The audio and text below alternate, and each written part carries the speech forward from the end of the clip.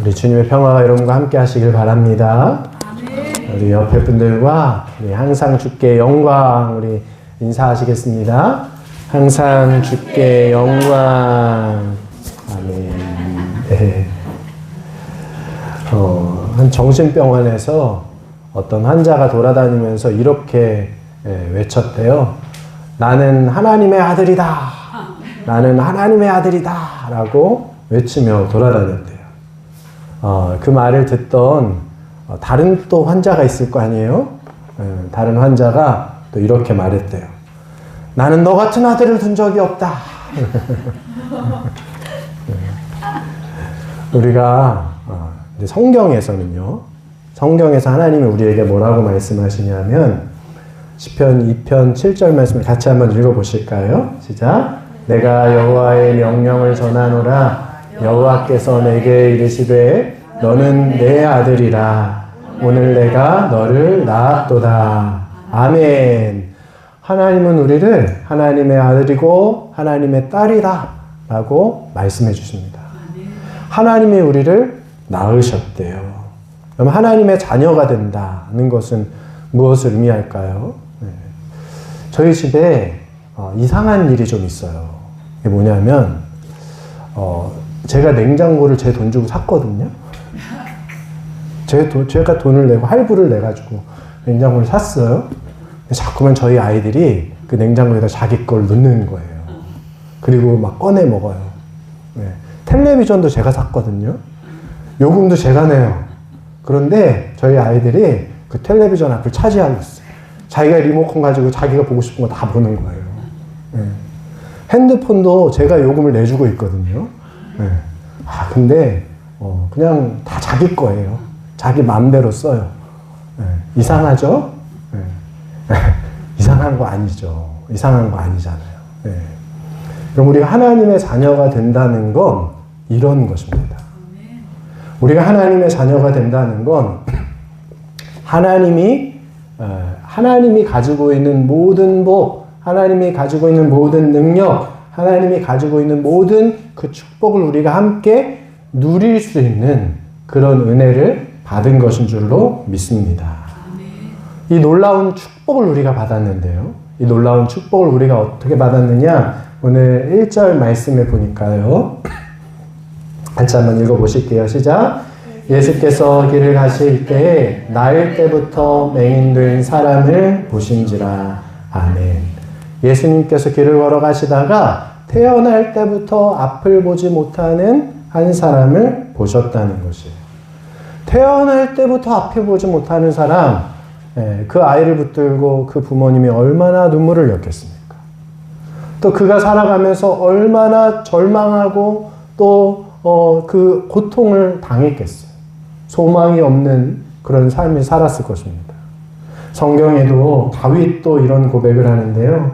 시편 51편에 보니까 내가 죄악 중에 출생하였습니다. 다윗은 자신이 이렇게 고백해요. 또 사도 바울이 에베소서 2장 3절에 우리가 본질상 진노의 자녀이더니 라고 고백합니다. 여러분, 우리가 이렇게 소망이 없는 삶을 사는 사람들이라는 것이에요. 우리가 이 태어날 때부터 앞을 보지 못하던 사람처럼 그렇게 소망이 없는 인생을 사는 사람들이었다라는 것입니다. 하나님의 심판 아래, 하나님의 그런 저주 아래 있을 수밖에 없는 사람들이었다는 것이에요. 미국의 시카고의 한 장례식장이 있었는데요. 여기에 한 여자아이가 여기에 죽은 거예요. 근데 이 아이가 어떻게 죽었냐면 이 3살짜리 아이가 굶어 죽었어요. 굶어 죽었어요. 그 3살짜리 아이가 굶어 죽은 이 장례식장에 그런데 한 남루한 차림의 남자가 와서요. 그 아이의 신발을 벗겨갔어요. 그리고 이 남자가 그 신발을 팔아다가요. 술을 마시는 거예요. 근데 이 이야기가 기가 막힌 건요. 그 사람이 바로 그 아이의 아버지. 그 아이의 아버지. 여러분, 이 아버지의 인생 얼마나 비참합니까? 소망이 없어요.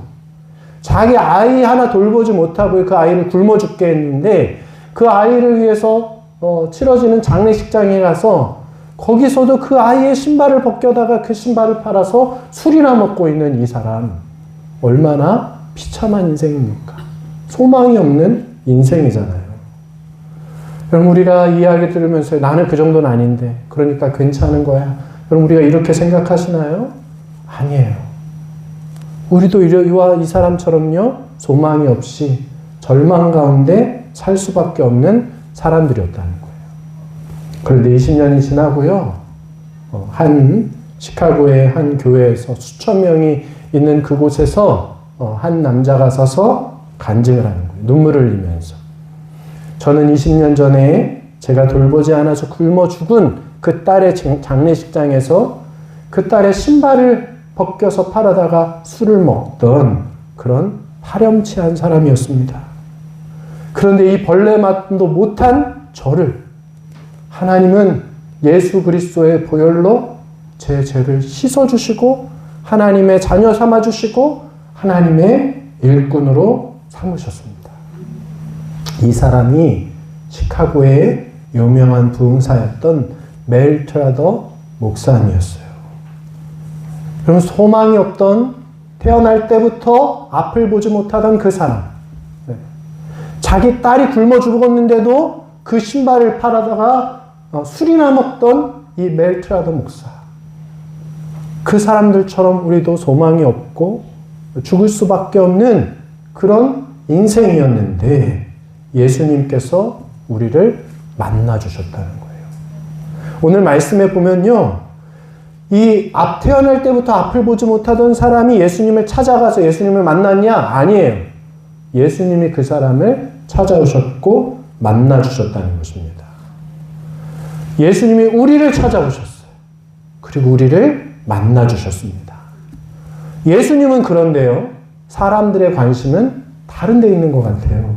오늘 2절 말씀에 보면요, 2절 말씀 같이 읽어보실까요? 제자들이 물어 이르되 랍비여, 이 사람이 맹인으로 난 것이 누구의 죄인함이니까? 자기니까 그의 부모이니까? 아멘. 사람들의 관심은요, 그 사람에게서 죄를 찾는 데 있는 것 같아요. 이 사람의 죄가 누구로부터 있는가? 그 죄를 찾고 그를 판단하고 정죄하는 것. 사람들의 관심이 여기 있어요. 그런데 예수님의 관심은 달라요. 예수님의 관심은 그에게서 하나님의 긍휼을 보고 하나님의 사랑을 보고 하나님의 소망으로 그가 회복될 수 있는 것을, 그 소망을 보신다는 것이에요. 그래서 예수님께서 땅에 침을 뱉으시고 진흙을 이기셔서 그 사람의 눈에 바르셨어요. 그리고는 그 사람에게 실로암에 가서 씻으라 라고 명령하셨어요. 여러분, 이 장면을 한번 상상해 보세요. 앞을 보지 못하는 사람이요, 침으로 이겨진 그 진흙을 눈에 지금 바르고 있는 거예요. 앞을 보지 못하니 실로암까지 찾아가는데 더듬더듬거리면서 찾아갔겠죠. 그럼 그 모습 사람들이 보면서 어떻게 했겠습니까? 비웃었을 것 같아요. 아이고, 저 앞을 보지 못하는 사람, 눈엔 저건 또 뭐야? 그 사람 보면서 비웃으면서 손가락질하고 했을 거예요. 그런데 그럼에도 이 사람, 예수님께서 말씀하신 그 실로암까지 찾아가서요, 그 실로암 물로 자기의 눈을 씻었어요. 그랬더니 그가 눈을 뜨게 됐다는 것이에요. 여러분, 눈을 뜨게 됐다는 것만이 아니라요, 그가 이제 소망이 없는 인생이 아니라 소망이 있는 삶을 살게 됐다는 것이, 바로 예수님이 그 인생의 소망이 되어주신 줄로 믿습니다. 예수님이 우리의 삶의 소망이신 거예요. 우리 로마서 5장 5절 말씀을 같이 한번 보실까요? 시작. 소망이 우리를 부끄럽게 하지 아니함은 우리에게 주신 성령으로 말미암아 하나님의 사랑이 우리 마음에 부은 바 됨이니. 아멘. 이 세상에 두 부류의 사람이 있다고 우리가 분류할 수 있는데, 하나는 예수님을 만난 사람, 또 하나는 예수님을 만나지 못한 사람이에요. 우리가 수많은 사람들을 만나고 살아가는데요, 예수님은 우리가 만난 그 수많은 사람들과 비교할 수 없는 그런 우리의 소망이 되시는 만나, 우리의 소망이 되어주시는 줄로 믿습니다. 2022년에 돌아가신 이어령 교수님이 계신데요. 우리 한국의 지성으로 불렸던 분이에요. 이분이 2007년에 정말 인생의 일대의 만남이 있었어요. 그 만남을 이분이 이렇게 고백하는데요. 예수님을 만난다는 것은 인간이 지난 시절에 이룬 모든 인본주의적 삶과 업적을 무로 만드는 것이다 라고 고백했어요. 그분이 온 평생 동안 쌓아온 그 지성, 모든 그 학자로서의 업적, 예수님을 만나고 나니까 이것이 다 무가 되었다는 거예요. 예수님을 만나는 것이 그 모든 것을 뛰어넘는 일이었다라고 고백하는 것이잖아요. 오늘 말씀에 나오는 앞을 보지 못하던, 태어날 때보다 앞을 보지 못하던 이 사람이 예수님을 만났던 거죠. 그리고 이어령 교수님이 예수님을 만나서 자기의 모든 삶에 이루었던 그것보다 더 뛰어난 그 예수님의 가치를 알게 됐던 것처럼 오늘 그 주님께서 이 상산교회 이곳에 오셔서 저와 여러분들을 만나 주신 줄로 믿습니다. 예수님이 우리에게 부어주신 은혜를요, 우리는 아무런 공로 없이 받았어요. 내가 뭔가 노력하고 예수님을 찾고 했기 때문에 예수님께서 우리에게 오시고 우리를 만나 주신 것이 아니라 우리는 아무런 공로 없지만 그 은혜를 입어서 그 은혜의 삶을 살게 되었다는 것입니다. 에베소서 2장 4절에서 6절까지 말씀인데요. 한번 같이 읽어보실게요. 시작. 긍휼이 풍성하신 하나님이 우리를 사랑하신 그 큰 사랑을 인하여 허물로 죽은 우리를 그리스도와 함께 살리셨고 너희는 은혜로 구원을 받은 것이라 또 함께 일으키사 그리스도 예수 안에서 함께 하늘에 앉히시니. 아멘, 아멘. 여러분, 우리가 죽을 수밖에 없는 죄인이었어요. 그런 영적인 죽음 가운데 있던 우리들을 하나님께서 예수 그리스도의 보혈로 우리의 죄를 씻어주시고 우리를 하나님의 그 높으신 자리까지 올리셔서 참 생명을 누리게 하신 줄로 믿습니다. 그래서 바울은요, 우리의 시민권이 이 땅에 있는 것이 아니라 하늘에 있다라고 말했어요. 우린 이 땅에 속한 사람들이 아니라 하늘에 속한 사람들이라는 것이에요. 여러분, 무엇이 그것을 가능하게 했습니까? 하나님의 은혜였어요. 하나님의 은혜, 예수 그리스도 때문에 우리가 하늘에 속한 사람이 되었고, 예수님 때문에 우리가 하나님을 예배할 수 있게 되었고, 예수님 때문에 우리가 하나님 앞에서 기뻐할 수 있게 된 줄로 믿습니다. 근데 그런 우리들을 사람들은 어떻게 볼까요? 세상은 어떻게 볼까요? 오늘 본문의 말씀을 보면요, 우리 8절과 9절 말씀을 함께 읽어보겠습니다. 시작. 이웃 사람들과 전에 그가 거리는 것을 보았던 사람들이 이르되 이는 앉아서 구하던 자가 아니냐 어떤 사람은 그 사람이라 하며 어떤 사람은 아니라 그와 비슷하다 하거늘 자기 말은 내가 그라 하니. 아멘. 이 태어날 때부터 앞을 보지 못하던 사람이요, 이제 앞을 보게 되었어요. 그전에는 구걸하던 인생이었거든요. 그런데 그가 눈을 뜨고 사람들 앞에 있으니까 사람들이 수근거리는 거예요. 아니, 이 사람 저기에 앉아서 구걸하던 사람 아닌가? 어떤 사람들은 아니야, 그 사람 아닌 것 같은데 서로 수근거리는 거예요. 그 가운데 이 눈을 뜬 사람이요, 사람들 앞에서 외쳐요.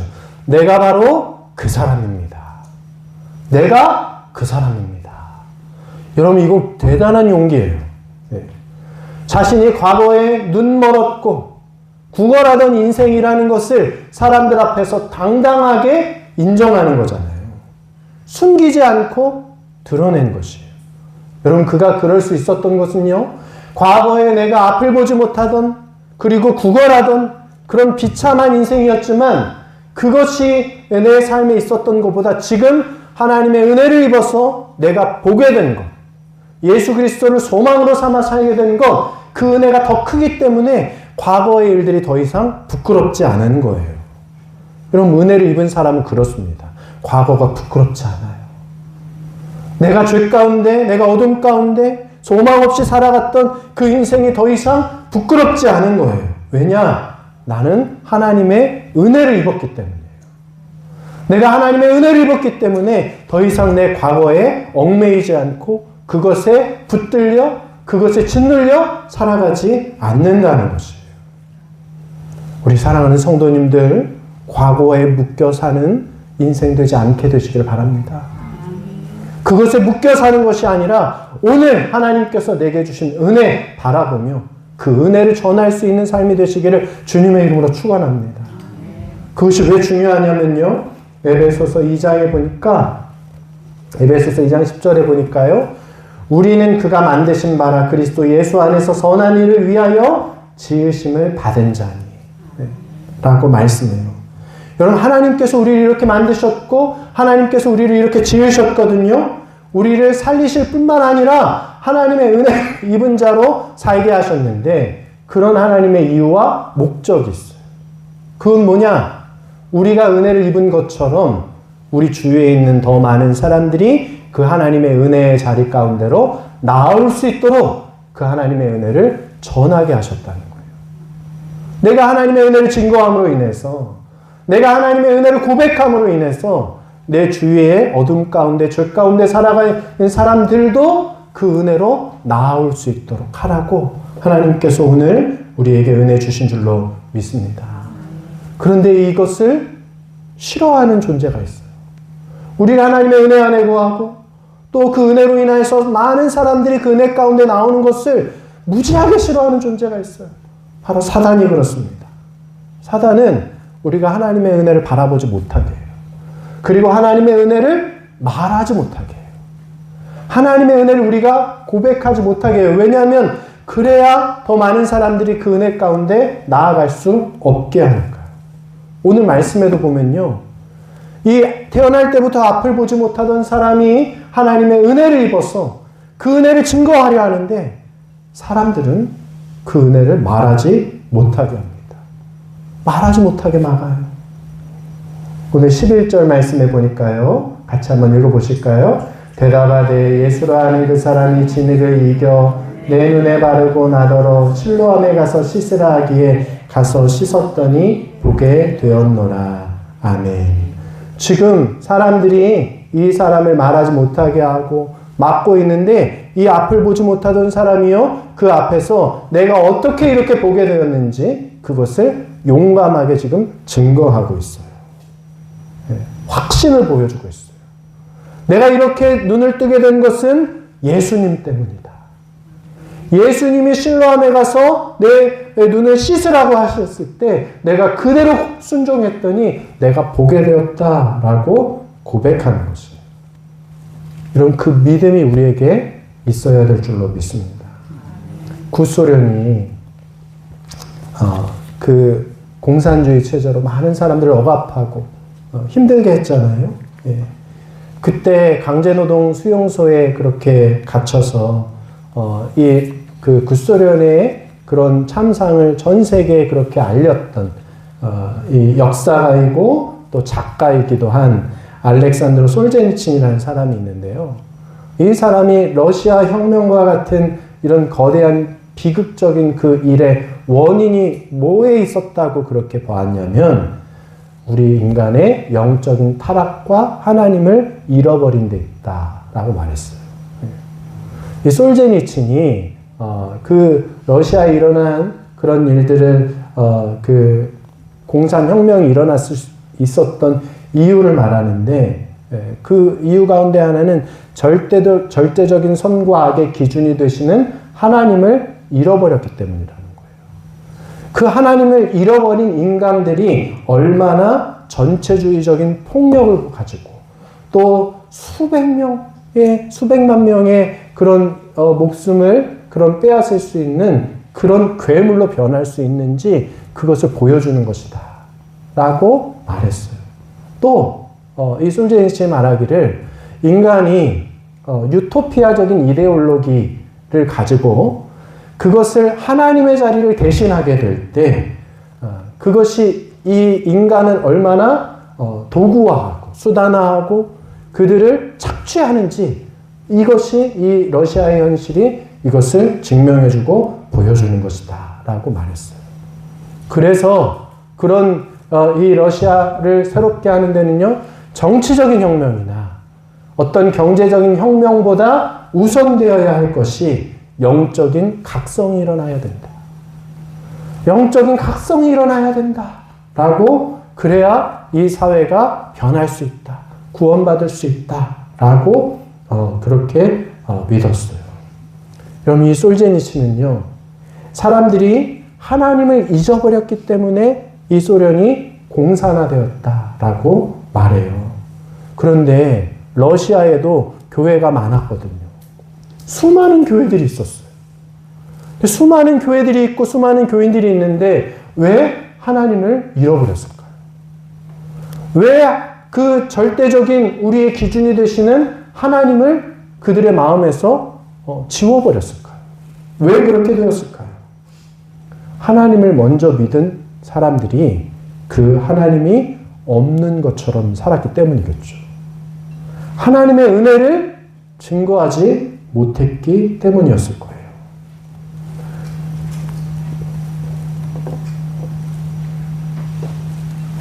여러분, 우리가 그 무엇과도 비교할 수 없는 예수 그리스도를 우리의 구주로 만났거든요. 예수님께서 우리에게 오셨어요. 이 많은 사람들 가운데 복되게도 우리가 그 진리를 듣고 진리를 알게 되고 예수님 안에 거하게 되었습니다. 찬송에도 보면 그 예수님이 우리에게 부어주신 은혜는요, 우리가 아무리 기록하려고 해도 다 기록할 수가 없다는 거예요. 하늘을 두루마리 삼고 바다를 먹물 삼아서 그걸 다 기록하려고 해도요, 쓸 수가 없는 그런 엄청난 은혜를 하나님께서 우리에게 부어주셨다는 거예요. 그럼 우리가 어떻게 해야 되겠습니까? 그 은혜를 전하고 또 전해야 될 텐데 사단은 그것을 전하지 못하게 하는 거예요. 막아요. 우리의 입을 막고. 이 러시아에도 수많은 교인들이 있었는데도 그들이 하나님의 은혜를 입은 사람들이라는 것을 드러내지 못하도록 막을 때 그 사람들이 그 사단에 굴복했어요. 그 사단에게 굴복했다는 거예요. 그럼 오늘 우리들은 어떻게 해야 되겠습니까? 사단이 여러분의 입도 막으려고 할 거예요. 사단이 여러분의 삶 가운데 하나님의 자녀로서 하나님의 은혜 입은 자로서 드러나지 못하도록 수단과 방법을 가리지 않고 막을 것이라는 것이에요. 여러분 어떻게 하시겠습니까? 그 사단에게 굴복하시겠어요? 그 사단에게 항복하시겠습니까? 오늘 말씀에 나오는 태어날 때부터 앞을 보지 못하던 이 사람은요, 사단이 그의 입을 가로막고 사단이 그에게 하나님의 은혜를 전하지 못하게 하려 할 때 당당하게 외쳤어요. 내가 그 사람입니다. 내가 하나님의 은혜를 입은 사람입니다. 내 안에 하나님의 은혜가 있습니다. 라고 용감하게 당당하게 외쳤다는 것이에요. 여러분 오늘 우리 자신을 돌아보게 되시길 바랍니다. 우리도 분명히 예수님 만났잖아요. 우리 안에도 예수님이 계셔요. 여러분 내 입술은, 내 삶은 우리를 만나주신 그 예수님을 드러내고 있나요? 그 예수님을 증거하고 계신가요? 사단은 끊임없이 그러지 못하도록 막아설 것이거든요. 우리를 그 은혜를 드러내지 못하도록 수단과 방법을 가리지 않고 온 힘을 다해 막을 것이거든요. 내가 하나님의 자녀가 아닌 것처럼, 내가 하나님의 은혜를 입지 않은 것처럼 살아가도록 그렇게 우리를 가로막을 것이에요. 그래서 여러분에게 권면합니다. 여러분 두려워하지 마십시오. 여러분 용기를 내십시오. 사단이 어떤 역사에도, 사단이 어떤 방해 가운데도 내가 하나님의 자녀인 것을 드러내는 것, 내가 하나님의 은혜를 입은 사람이라는 것을 고백하는 것, 여러분 주저하지 말고 용기 내서 외칠 수 있게 되시기를 주님의 이름으로 축원합니다. 그 사단 앞에 당당하게 외치십시오. 내가 그 사람입니다. 내가 하나님의 은혜를 입은 사람입니다. 당당하게 외칠 수 있게 되시길 주님의 이름으로 축원합니다. 우리 한번 그렇게 외쳐보면 좋겠어요. 내가 그 사람입니다. 내가 하나님의 은혜를 입었습니다. 여러분 이 한 주간 그렇게 고백하며 그렇게 용기 내서 선포하며 나아가는 우리 저와 여러분 되시기를 주님의 이름으로 축원합니다. 하나님께서 분명히 용기를 주실 거예요. 더 큰 은혜를 부어주실 줄로 믿습니다. 그 하나님의 은혜로 승리하는 복된 삶 되시기를 주님의 이름으로 축원합니다. 기도하겠습니다. 하나님 아버지 감사합니다. 내가 그 사람입니다. 내가 하나님의 은혜를 입은 사람입니다. 죄 가운데서 어둠 가운데서 죽을 수밖에 없었는데 하나님 우리를 건져내 주셨고 소망이 없는 삶이었던 우리들에게 하나님 소망의 빛을 비춰주셨습니다. 하나님 그 은혜를 입은 우리들 하나님 그것을 더 이상 감추지 않고 숨기지 않고 용감하게 외치며 선포하며 살겠습니다. 내가 그 사람입니다. 내가 그 은혜를 입은 사람입니다. 우리 가정에게, 우리 이웃에게, 우리의 일터에서, 우리의 삶의 자리에서 하나님 당당하게 외치며 선포하며 나아갈 수 있도록 도와주시옵소서. 하나님 그 믿음을 가지고 선포하는 우리 상산교회 모든 성도님들 통하여서 하나님 우리 상산교회 이 주변에 있는 많은 죽어가는 영혼들, 소망 없이 살아가는 그 인생들, 그 하나님의 은혜를 알고 그 은혜 가운데 빛 가운데 나오는 놀라운 역사들이 일어나게 될 줄로 믿습니다. 주님 도와주시옵소서. 용기를 더하여 주시옵소서. 믿음을 더하여 주시옵소서. 주님 감사합니다. 예수 그리스도의 이름으로 기도하옵나이다. 아멘.